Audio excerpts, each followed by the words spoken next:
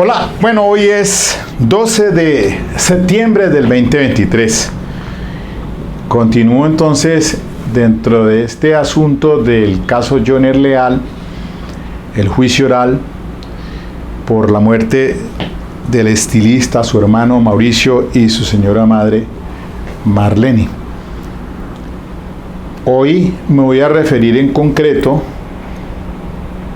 a la intervención ya de la defensa para el pasado 7 de septiembre en las horas de la tarde, cuando ingresó su primer testigo, la señora Islena Bernal. Y como el tema que hemos estado revisando o he estado revisando sobre el contrainterrogatorio, pues me parece interesante que también conozcamos entonces la intervención del fiscal ya haciendo el contrainterrogatorio. Sabemos muy bien que la defensora que antecedió al doctor Daniel Peña, que ingresó el 1 de septiembre al renunciar intempestivamente la defensa, tuvo múltiples problemas en el tema de el contrainterrogatorio, por no saber sentar las bases probatorias, etcétera, etcétera. Fue objetado por el fiscal.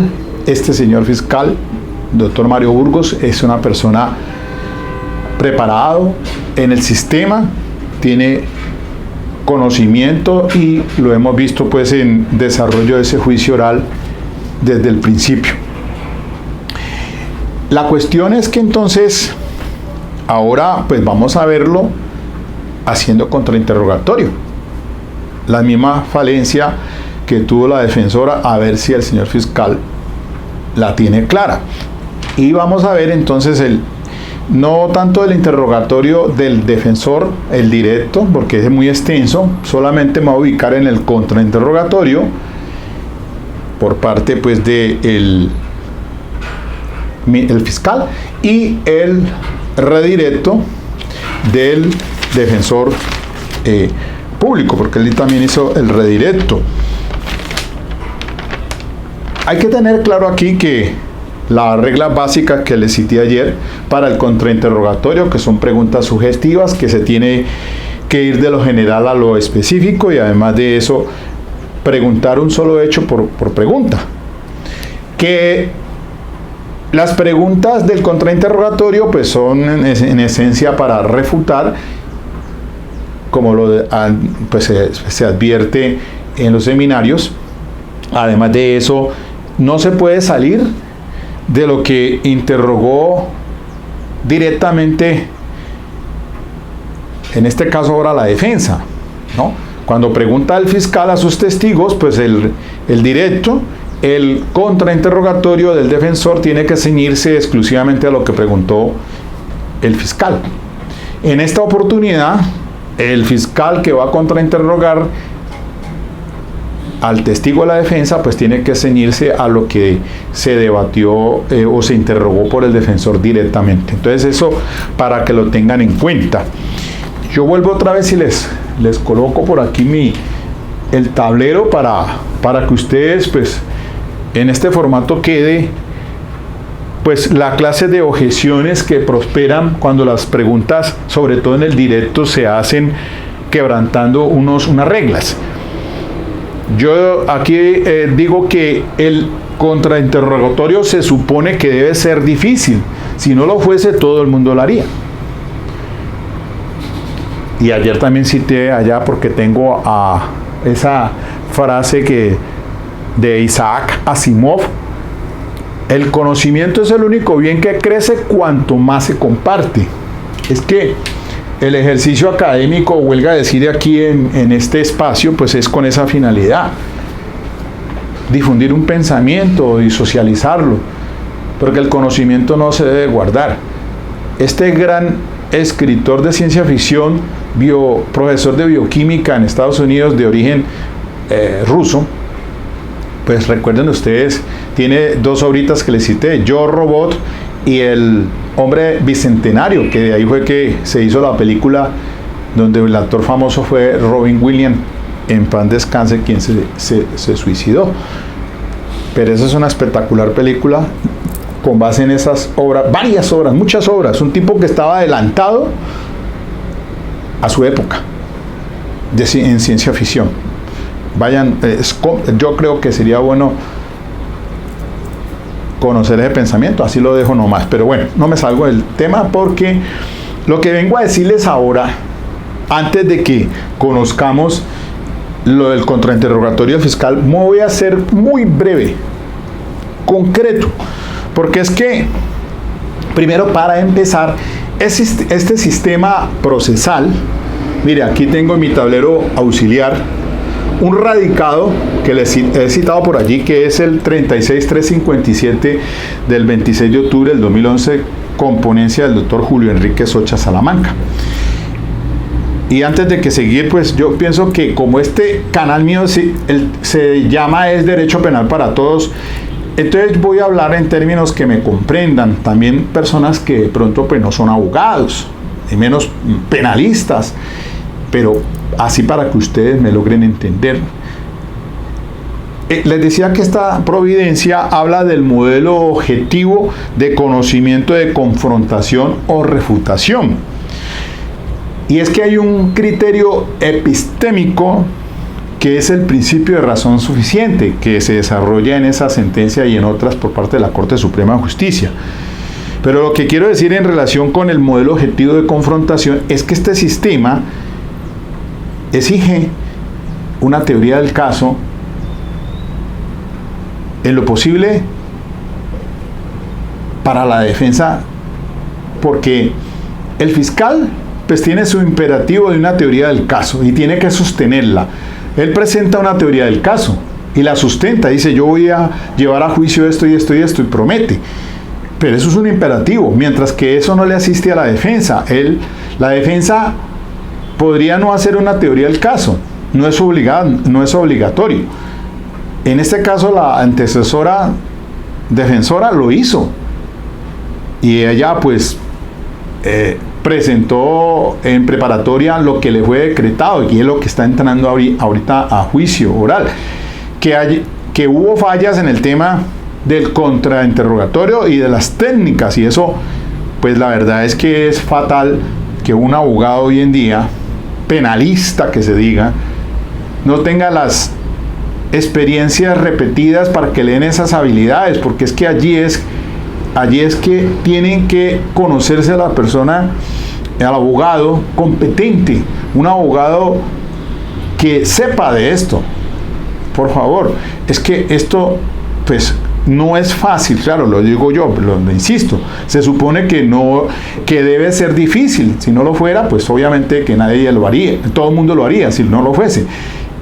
Y lo que hace grande un contrainterrogatorio es lo difícil, pero todos no tienen esas habilidades, y por eso entonces vimos muy paupérrimo la intervención anterior de la defensa, muy pobre, y eso ahora habrá que mirar hasta dónde le ha afectado el derecho de defensa a este señor Johnny, que llegó el abogado prácticamente faltando 5 testigos para terminar la teoría del caso propuesta por el fiscal, y eso hará mella entonces en lo que venga en adelante, no sé, y lo voy a explicar de una manera didáctica para que ustedes me entiendan por qué la importancia que un profesional del derecho que asuma una defensa tenga un compromiso serio y mayor, porque de lo contrario es mejor que entonces se haga un preacuerdo, una negociación con su cliente, no irse a un juicio oral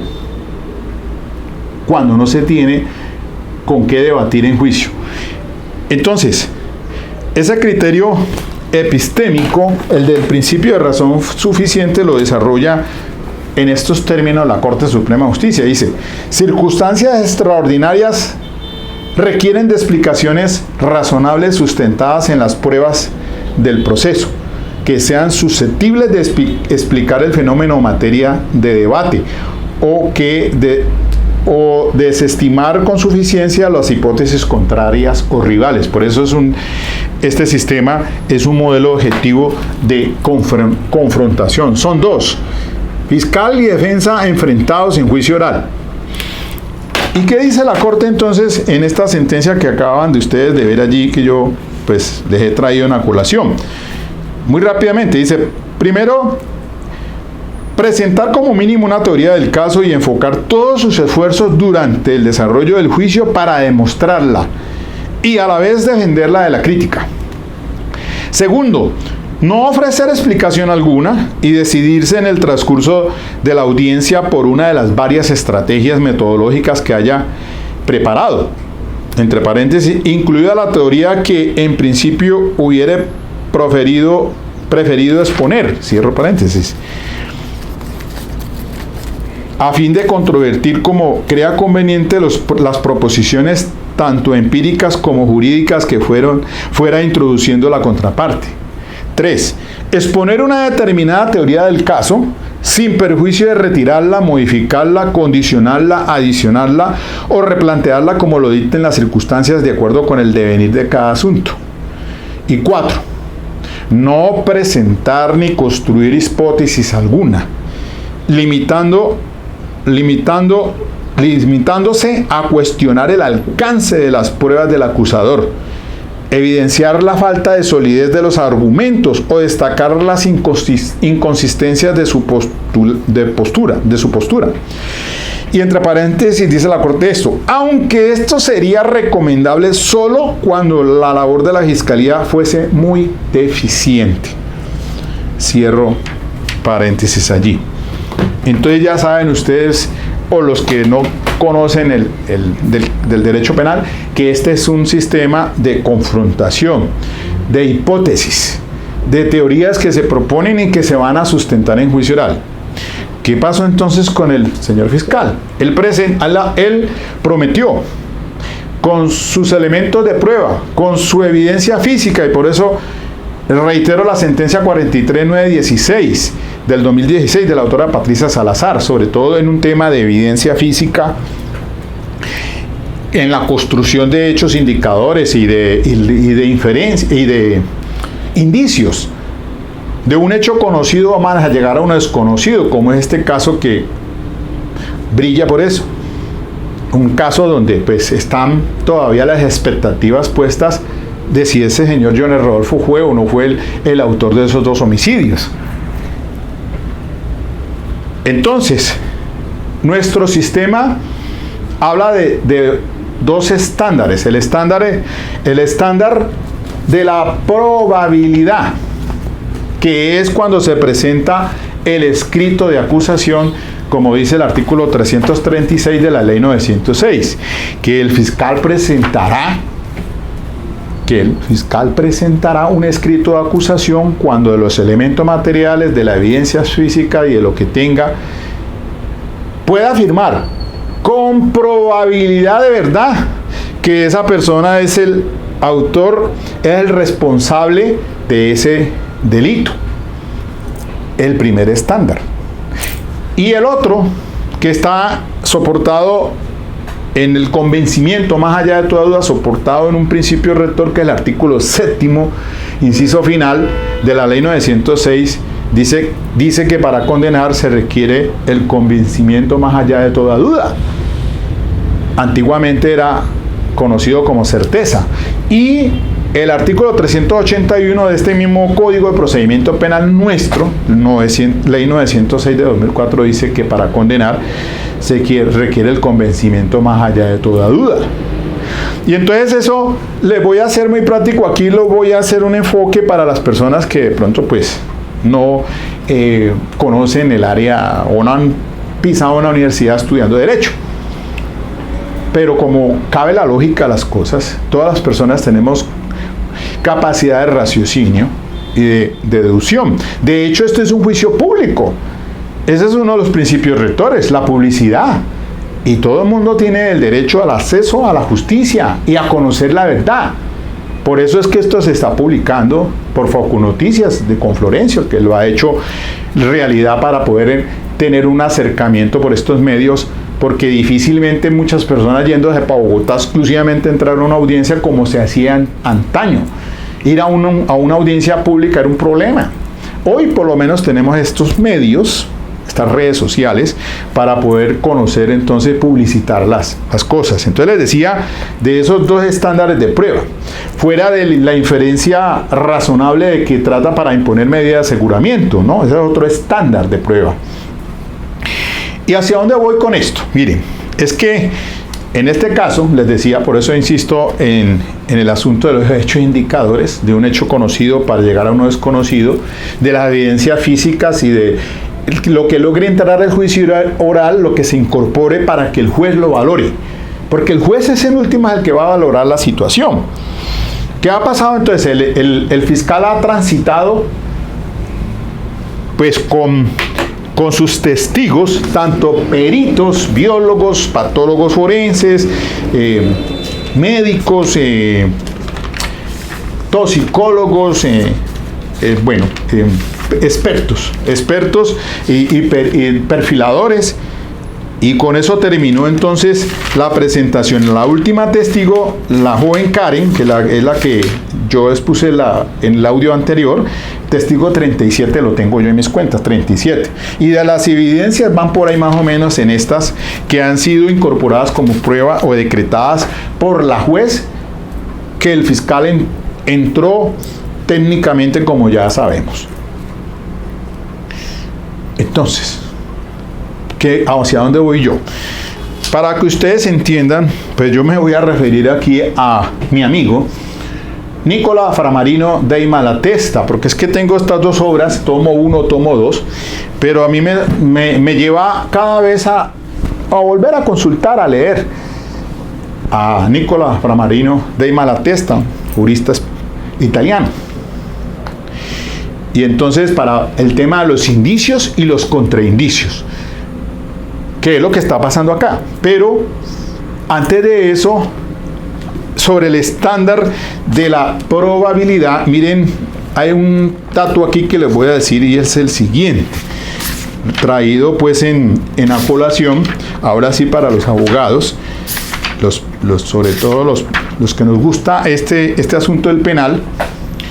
Mire que en la página número 59 del tomo número 1, Nicola Framarino dei Malatesta, el capítulo 3, habla de la probabilidad con relación a la certeza.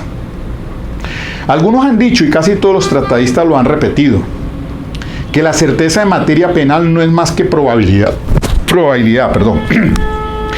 Esa afirmación es falsa desde el punto de vista lógico y perjudicial desde el punto de vista jurídico, pues es premisa que obra a manera de narcótico sobre la conciencia del juez, debilitando en él cualquier tendencia a la duda,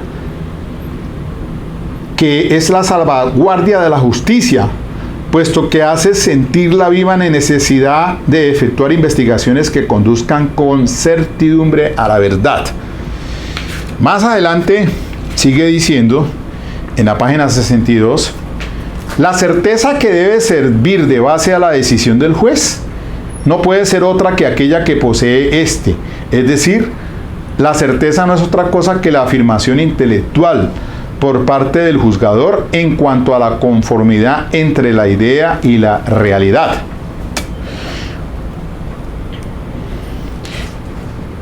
Y en la página 64 vuelve y trata un tema puntual diciendo: la probabilidad ve los motivos convergentes y los divergentes y los considera a todos dignos de ser tenidos en cuenta, aunque más los primeros que los segundos, o sea, más los convergentes que los divergentes. En cambio, la certeza, hoy en día, como lo citan los dos artículos que he mencionado, el 7º y el 381 de la Ley 906, convencimiento más allá de toda duda.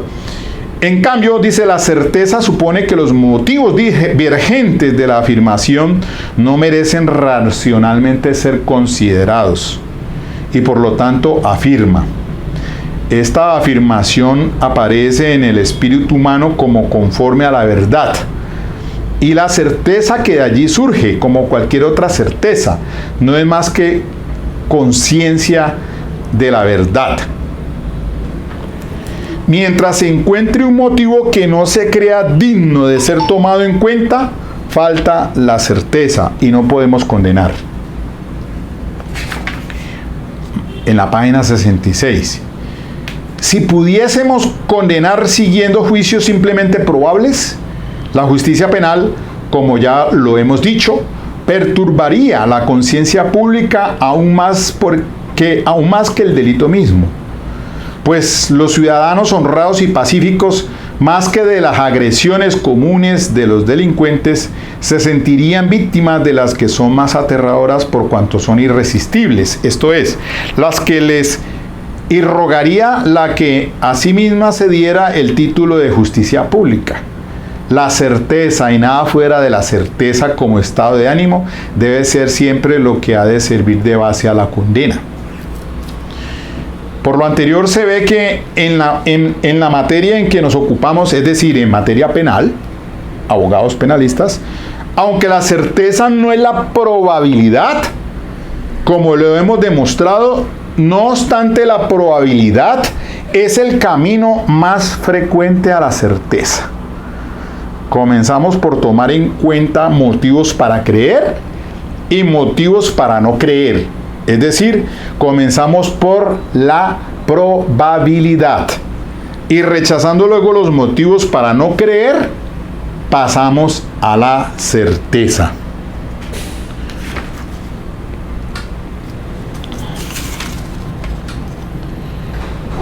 Como en la noción de probabilidad hay motivos convergentes y motivos divergentes, todos los cuales son tenidos en cuenta a medida que crecen los motivos convergentes y que disminuyan los divergentes, aumenta la probabilidad.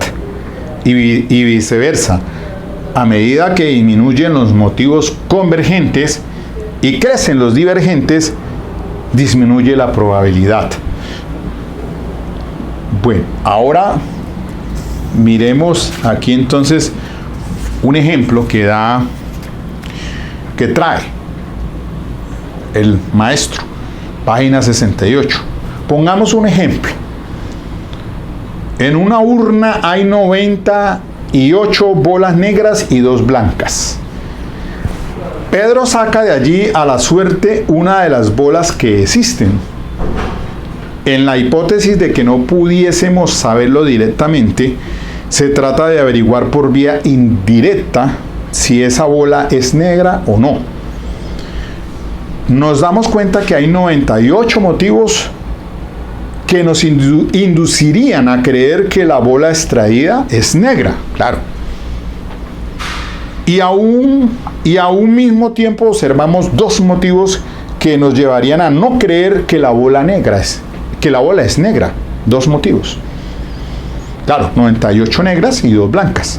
Partiendo de estos datos objetivos, pasamos a afirmar que, muy probablemente, la bola sacada es negra, puesto que los motivos que inducen a hacer esa afirmación son mucho mayores que los que inducen a la negación, ya que entre los motivos que influyen hacia la afirmación y los que se separan de ella hay la misma relación proporcional que entre 98 y 2. Los 2 motivos, pero no es raciocinando en esa forma como rechazamos los 2 motivos divergentes, puesto que si los rechazásemos, nuestra afirmación sería cierta y no probable. No los rechazamos, sino que los aceptamos como dignos también de ser tenidos en cuenta, pero en menor escala de lo que son los 98 motivos convergentes. Ese es el carácter especial de la probabilidad, que consiste en la percepción de los más poderosos motivos que convergen hacia la creencia y de los menores que se separan de la creencia, todos los cuales se juzgan como dignos de ser tenidos en cuenta según con la diferente medida de su valor. Pues muy bien, yo para probar esa teoría me di a la tarea de comprarme unas bolitas en blanco y algunas de ellas se les he colocado aquí esta, para que simule ser la negra. Entonces la mayoría son blancas y esta negras. Y vamos a hacer ese ejercicio. Porque ahora voy a referirme al indicio. También en la obra de Nicola Framarino de Malatesta. Porque el fiscal, para anticiparme a esto, ha llevado múltiples motivos convergentes, indicios convergentes, para tratar de demostrar o desvirtuar la presunción de inocencia de Johnny Rodolfo. Y ya lo vimos en el anterior video que está rodando allí.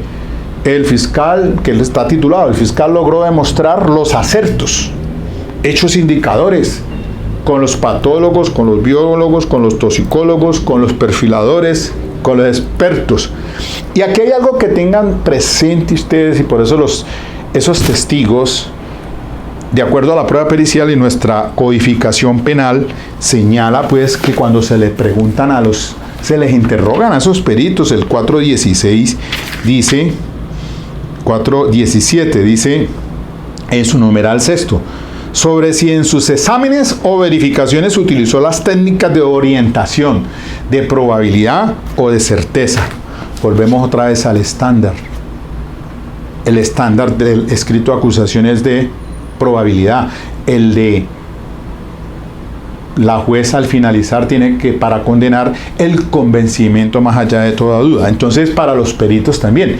Y ustedes escucharon por allí, y esto es muy supremamente importante, porque, por ejemplo, los patólogos forenses, los 4, entre ellos una toxicóloga, en fin, cuando le preguntan al doctor Jorge Paredes, que digamos que es como el papá de los pollitos, excúsenme la expresión, como su más amplia experiencia de ser perito de peritos, aunque perito de peritos decimos nosotros que el juez.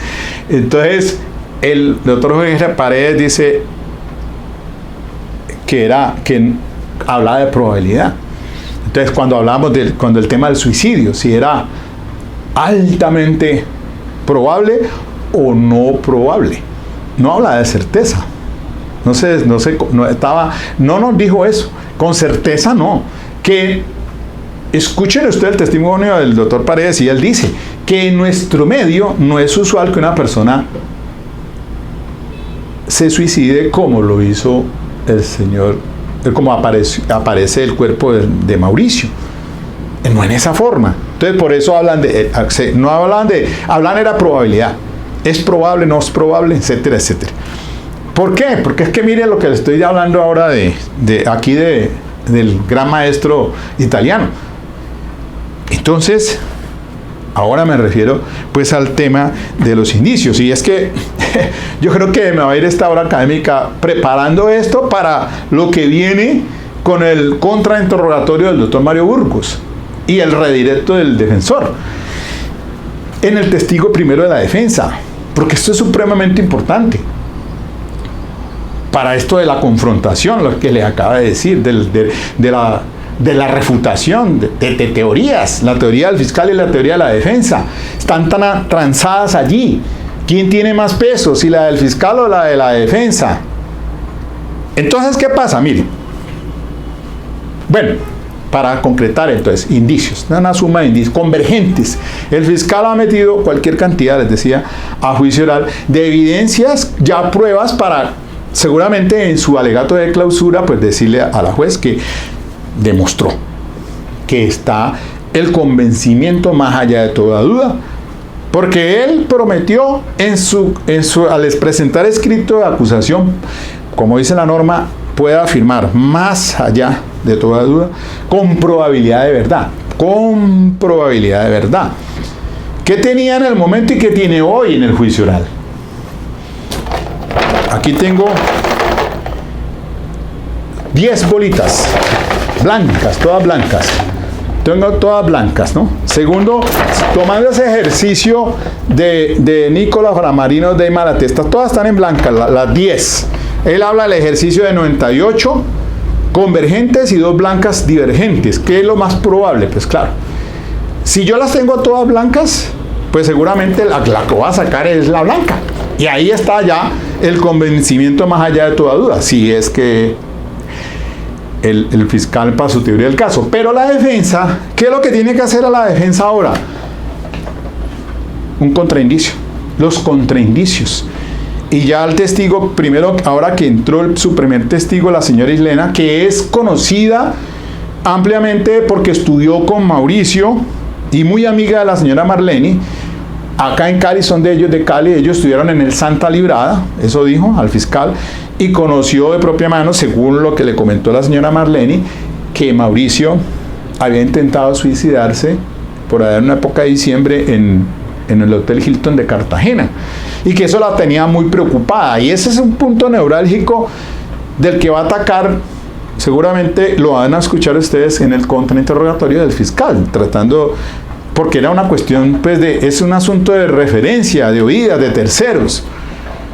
Ella se lo comentaron, la señora Marleni, pero como no está para corroborar eso, tendrá que entonces, ¿qué otra cosa? Entonces ahora vamos para ese tema de los indicios y contraindicios. Los indicios, entonces, de hechos conocidos nos van a llevar a uno desconocido.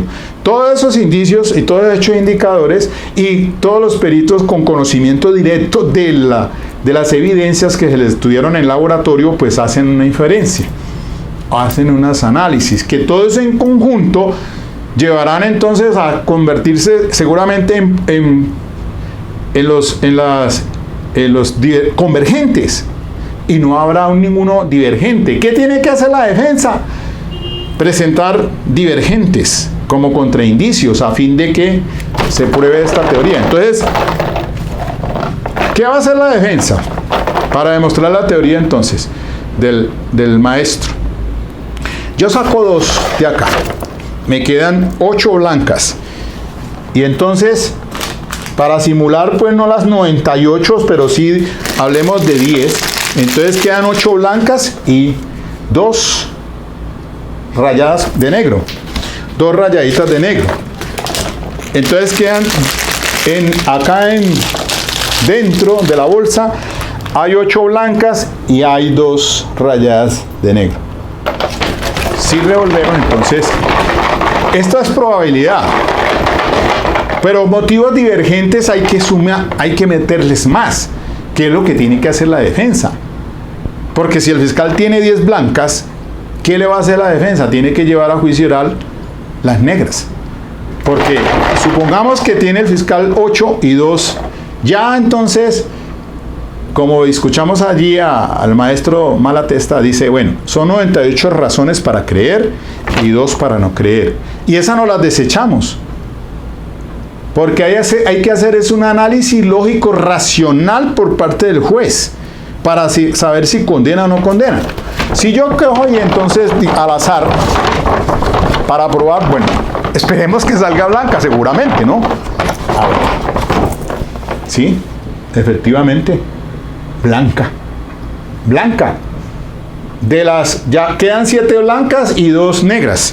Y así mismo, seguro, si sigo, entonces, ¿cuál es la probabilidad? Es el camino hacia la certeza. Sigue siendo blanca. Probado, lo que dijo el maestro. Comprobado. Claro. Entonces, ¿qué pasa? Yo introduzco las 8 y quedan las 2 negras allí. Pero si yo empiezo entonces como defensor a meter motivos divergentes que me lleven a creer o que le demuestren una hipótesis que la pueda soportar en la crítica, en el juicio oral, y que la juez le lleve a concluir, según ese equilibrio de la balanza, de que hay razones para creer y razones para no creer.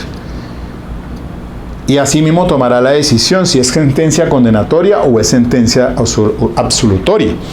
Entonces, yo voy a sacar, vamos a dejar 5 blancas, 5 negras. 3, 4, 5. Y dejemos las 5 negras adentro y hacemos el mismo ejercicio. 5 blancas y 5 negras. Aquí hay 3, espere que se me cayeron. Ahí, las negritas acá, para demostrarles a ustedes. Hay 5 blancas y 5 negras. ¿Cuál creerían ustedes entonces que si la juez va a tomar una decisión de si condena o absuelve, ¿cuál sería? Dentro de esas, hay 5 motivos para creer y 5 motivos para no creer presentados por la defensa. Que eso es lo que esperamos, pues obviamente, ¿no? Por aquello de defendiendo en juicio oral su hipótesis en contra de la del fiscal. Entonces yo, aquí en mi bolsita, voy a decir, bueno, saquemos una. Blanca. Habría que condenar. Pero asimismo, otra. Blanca. Pero como así no pediríamos nosotros que esa no es la forma de juzgar, obviamente. Sino que lo que quiero darles a entender es que hay 5 razones para creer y 5 razones para no creer. Y que ya la lógica racional del juez, con base en la sana crítica, en las reglas de la experiencia, en las leyes de la lógica, y todo eso que en la sana crítica, porque el juez, de acuerdo con el artículo de la ley 906, para condenar tiene que evaluar, dice el 380, que el juez, conocimiento para condenar. Para condenar se requiere el conocimiento. Es el 381. Bueno, criterios, medios de conocimiento. Son medios de conocimiento, dice el 382. La prueba testimonial, la pericial, la prueba documental, la inspección, elementos materiales probatorios, evidencia física, Criterios de valoración. Los medios de prueba, los elementos materiales probatorios y la evidencia física se apreciarán en conjunto. Los criterios para apreciar cada uno de ellos serán señalados en el respectivo capítulo. Entonces, tendrá que la juez valorar entonces qué lo logró demostrar el fiscal y qué llevó la defensa.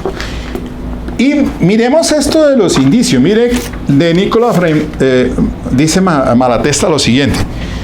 En la página 270 de este mismo, el tomo 1. Volviendo ahora a los indicios en general, nos preguntamos cuál es su importancia probatoria en el proceso penal. Y si es oportuno acaso hablar del número y de la calidad de los indicios que se necesitan para que exista legítimo convencimiento. En nuestro concepto, todo esto es palabrería inútil.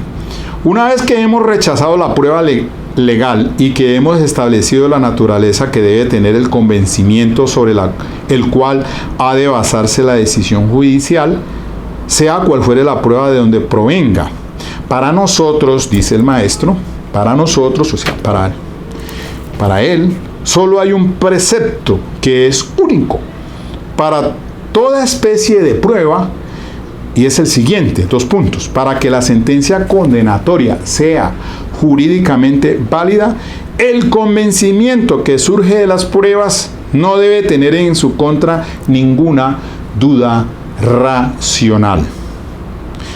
Y debemos tener en cuenta que no todos los indicios de certeza se presentan con ese carácter desde el principio del juicio, sino que hay indicios de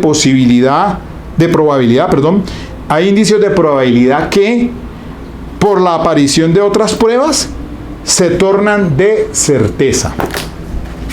Por eso hay que analizar en conjunto, como lo dice el artículo pues, de la exposición que acabo de citar. Dice, al valorar los indicios, el juez tiene dos deberes.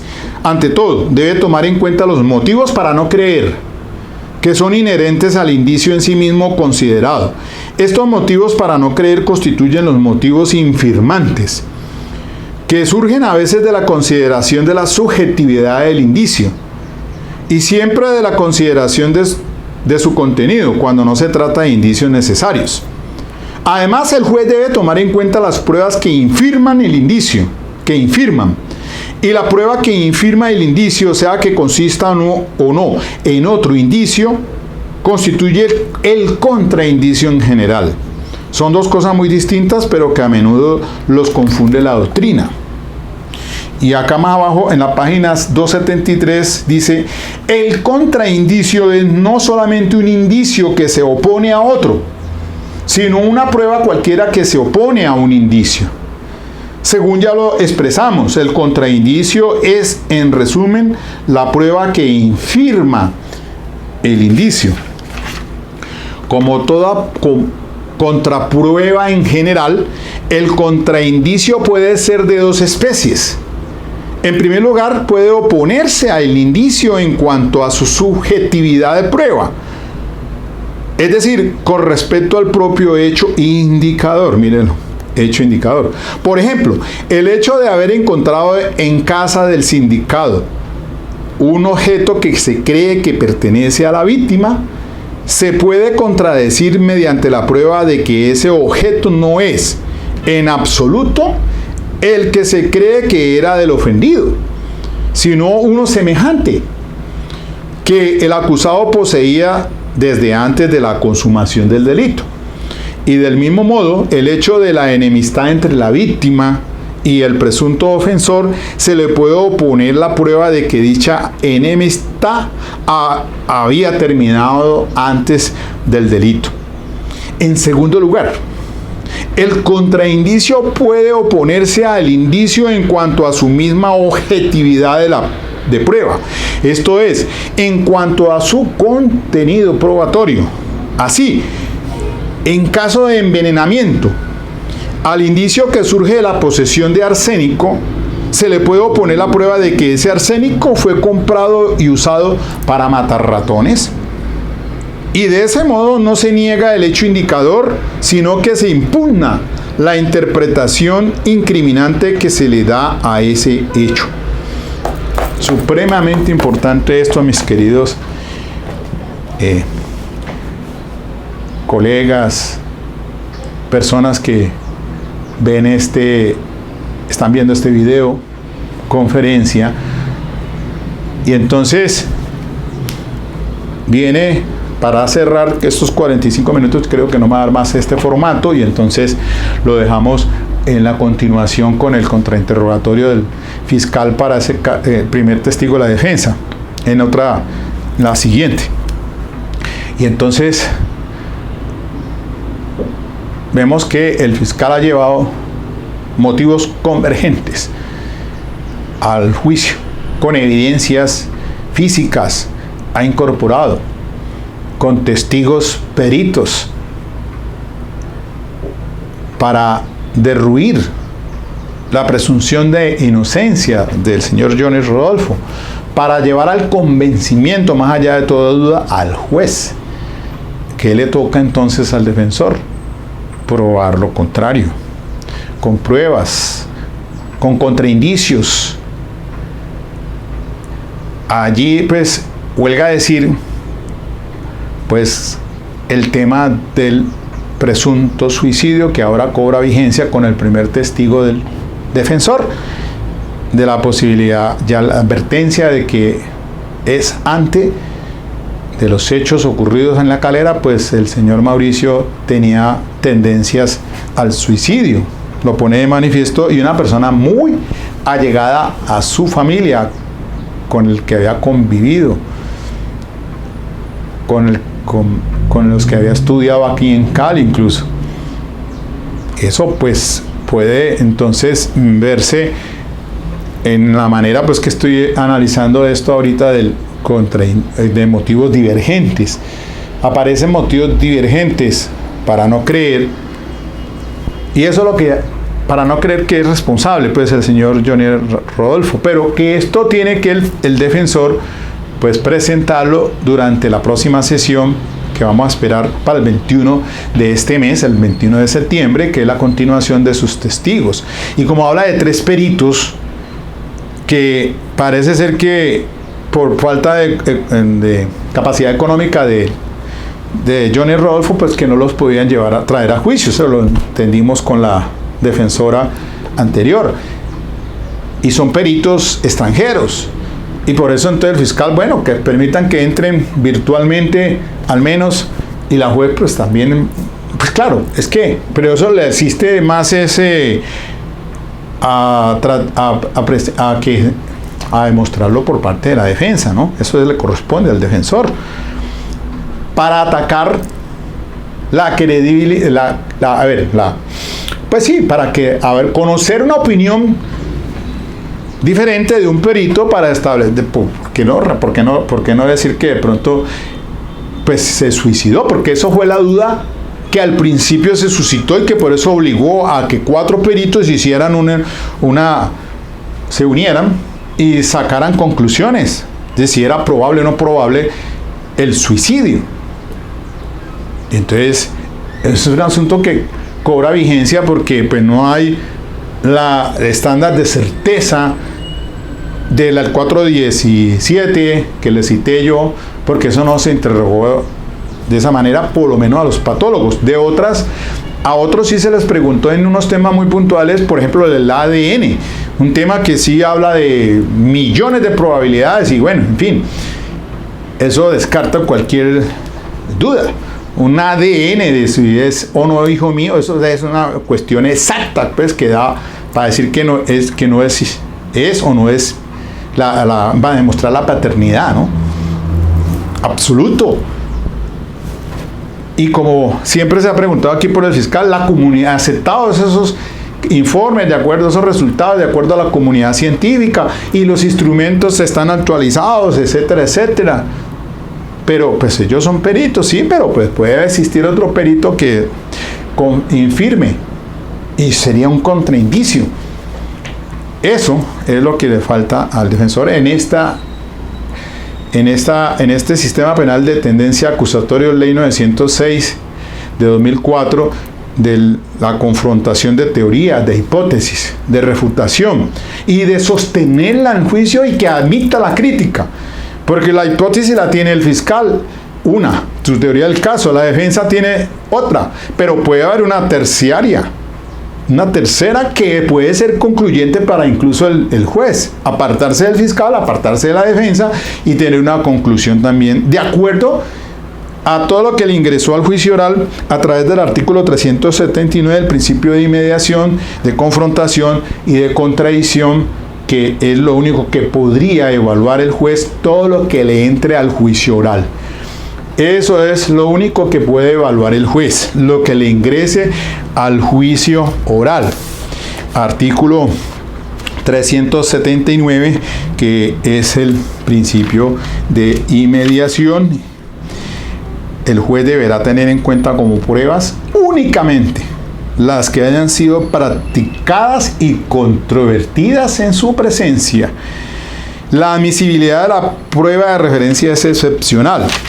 Y volvemos otra vez para analizar, apreciar cada una de ellas en conjunto, como lo dice pues el artículo que le cité también en precedencia, el de criterios de valoración 380, y sobre el tema de cómo los criterios para tener en cuenta el análisis de los testigos del artículo 404.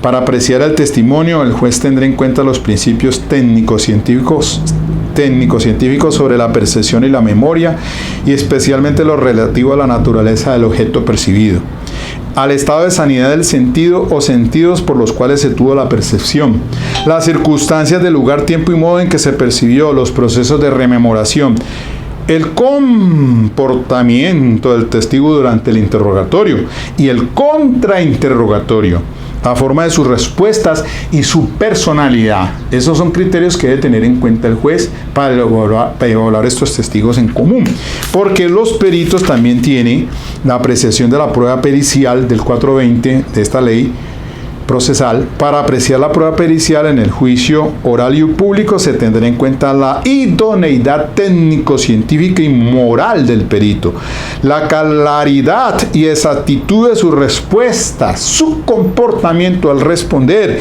el grado de aceptación de los principios científicos, técnicos o artísticos en que se apoya el perito, los instrumentos utilizados y la consideración del conjunto de sus respuestas. Por eso el fiscal le apuntó mucho a ello, insistió en acreditar el perito. en su autenticidad, y todo eso cabe, o pues el fiscal tuvo presente, sentando bases probatorias, etcétera, haciendo todo su trabajo muy competitivo, para entonces llevar a juicio oral la presentación de sus testigos, etcétera, y pues al final seguramente pues va a presentar ya el alegato de clausura, pero la defensa ahora tiene ese esfuerzo entonces de llevar los motivos divergentes para no creer, para mirar entonces cuando el juez tome la decisión dentro de la lógica racional, no por no a la suerte. Pero bueno, era más o menos lo que quería hoy dejar aquí, preámbulo para el siguiente video. Dejo aquí en stand-by para que escuchemos entonces el contrainterrogatorio del fiscal, el redirecto del defensor de la testigo, la señora Bernal, es Islena. Muy bien, espero que esto les guste, que haya sido didáctico, que ustedes se tomen una visión de las cosas, y usted que pues no es neófito, porque es una persona que es neófita, que de pronto pues no tiene un conocimiento en el área legal, penal particularmente, y pues obviamente el canal mío, Derecho Penal para Todos, muchas veces con la probabilidad de que le llegue el convencimiento, que le llegue a la comunidad, para que pueda entonces tener presente esto. Y claro, por supuesto que fines académicos, el interés principal es a la comunidad académica, sobre todo a los jóvenes estudiantes, de nuestros futuros abogados, penalistas en lo posible, que puedan tener las bases suficientes para abordar todos un juicio oral, que sean competentes, competitivos, tener eso que es importante entonces para poder asumir una defensa seria, idónea, responsablemente, y serles claros a los clientes también, a los procesados, porque no, desafortunadamente, muchos abogados, pues hay que decirlo, pero no obran con ética. Es infortunado, y pues uno debe ser claro con su cliente, no es el hecho de enriquecerse o sacar plata, no, sino con un factor de contenido social, digo yo también, porque a veces uno debe meterse en los zapatos del victimario o del procesado, en este caso, también como representante de víctimas, es decir, según el papel que le corresponda. Y si usted llega a ser funcionario, ojalá sea de la escuela del doctor Mario Burgos. Bueno, muy bien, chao pues, esperen el siguiente para más.